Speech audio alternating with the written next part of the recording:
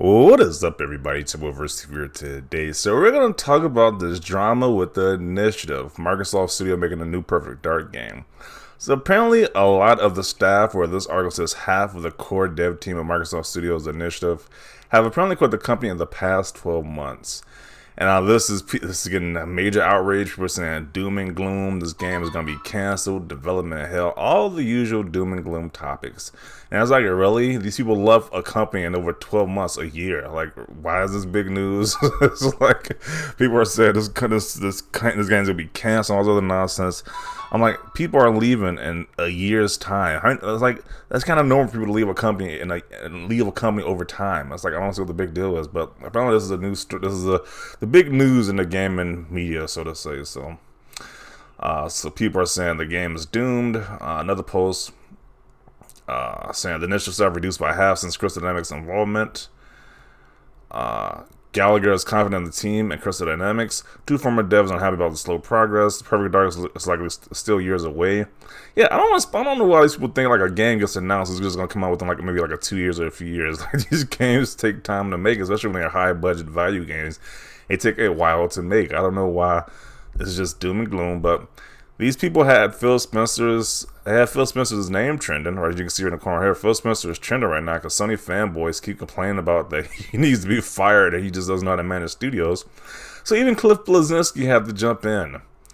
Instead, Phil Spencer is trending about some BS. Apparently, that man is a gentleman and a darn good businessman, and I'll defend him at every chance.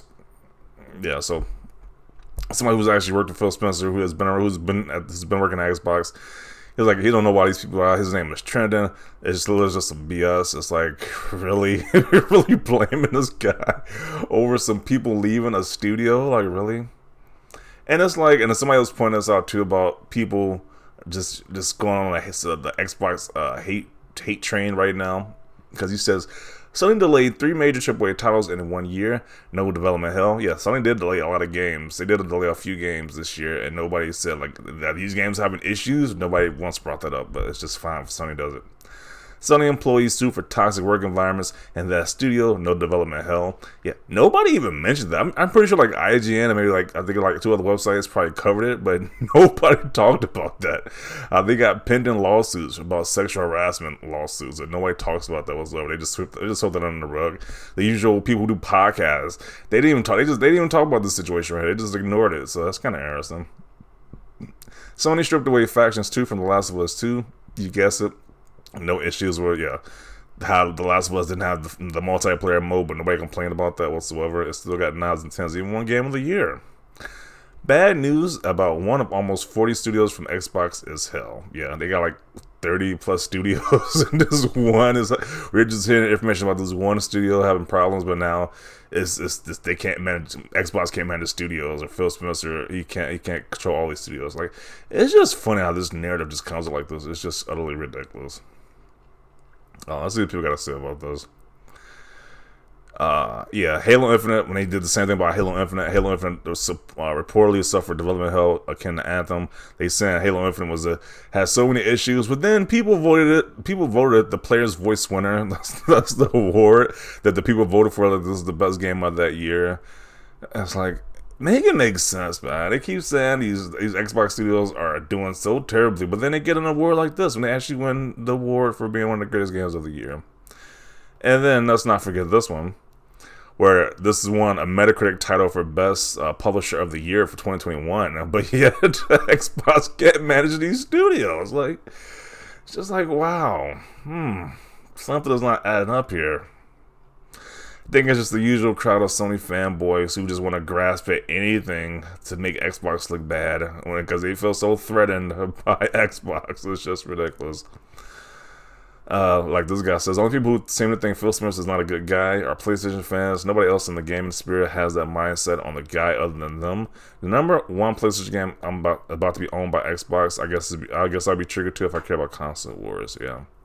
Simmons Blackley says he's good, and Simmons Blackley don't BS, so I believe him. Because weirdos on the internet always need to complain about something they do not understand. Yeah. Like, any people know about game design. The average Twitter user knows nothing about game design. They don't know these people personally. They don't know why they love the company. They don't know anything. People leave companies all the time, especially within a year time frame. I was like, I don't know why this is being so blown up and so being out of proportion. Like, it's just ridiculous. But this is just, I guess, it's just a new genre people want to grasp onto. It's like, with a company that loves, like, for the people who seem to love the Sony so much, they can't just talk about Sony at all. They have to talk about Xbox and try to manipulate and grasp everything they can and make it sound like this is such a doom and gloom situation. It's like, who really cares? It's like, how many people leave? How many big name people leave these other Sony studios that we don't even hear about? It's not even news, because it's like, who cares at the end of the day? Like, who truly cares if people love this company? Like, I don't. It's like, I'm only talking about it because people kept blowing the story out of proportion. Like, who truly cares? It's like, as long as the game comes out, I'm all good to go. I don't really care. As long as the game comes out and it's good, I don't care. And now they call it Crystal. Now they're slandering Crystal Dynamics. It's like, really? They're slandering the studio now. It's like these people didn't make the Tomb Raider reboot games. Like, they made some good games. People want to hate the Avengers game, but that game was at least fun. Like the game wasn't absolutely terrible as people make it out to be, but the game was still at least fun. So, and like, I just don't get it. It's like, Sony guys need to grasp something else. It's just getting pathetic now. It's getting truly pathetic.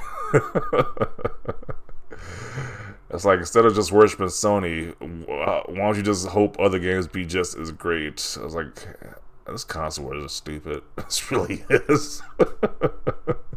So now people leave a company, it's not doom and gloom now. Okay, that's something new. But I'm going to conclude right here. I ain't really have too much to say about this. I think this issue is being blown out of proportion. I think they know how to manage studios. They won so many awards. They just won an award last year by being Metacritic's highest publisher of the year. So I'm not seeing this doom and gloom. I see these guys trying to push the doom and gloom message, but I'm just not seeing it. It just seems ridiculous. But yeah, we're going to conclude it right here. Thanks for watching. Leave a like for this video. As always, thanks for watching, and peace.